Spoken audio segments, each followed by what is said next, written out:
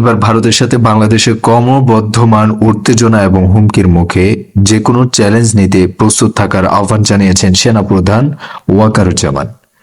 সামরিক চেতনাবোধকে সমুন্নত রেখে যে কোনো ধরনের চ্যালেঞ্জ নিতে সবসময় প্রস্তুত থাকতে নবীন সেনা কর্মকর্তাদের প্রতি আহ্বান জানিয়েছেন সেনাপ্রধান জেনারেল ওয়াকারুজ্জামান। গতকাল চট্টগ্রামে বাংলাদেশ মিলিটারি একাডেমিতে 87তম বিএমএ দীর্ঘমেয়াদী ও 59তম বিএমএ স্পেশাল কোর্সের অফিসার ক্যাডেটদের রাষ্ট্রপতি কুচকাওয়াজ অনুষ্ঠানে এই আহ্বান জানিয়েছেন তিনি।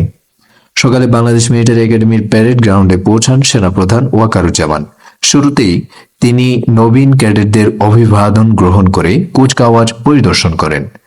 প্রধান অতিথির বক্তব্যে সেনাপ্রধান কমিশন পাওয়া কর্মকর্তাদের যে কোনো সিদ্ধান্ত গ্রহণের ক্ষেত্রে দেশপ্রেমকে সর্বোচ্চ গুরুত্ব দেওয়ার নির্দেশনা দেন। প্রত্যেক সেনা সদস্যের সাহসিকতার সঙ্গে সব পরিস্থিতি মোকাবেলা ও মাতৃভূমির স্বাধীনতার রক্ষাই প্রথম এবং প্রধান কাজ বলে উল্লেখ করেন সেনাপ্রধান। সেনাবাহিনীতে শৃঙ্খলা প্রধান চালিকা শক্তি উল্লেখ করে সেনাপ্রধান আরো বলেন, নবীন কর্মকর্তাদের উপর অর্পিত হবে সেনাবাহিনীর ভবিষ্যৎ নেতৃত্ব।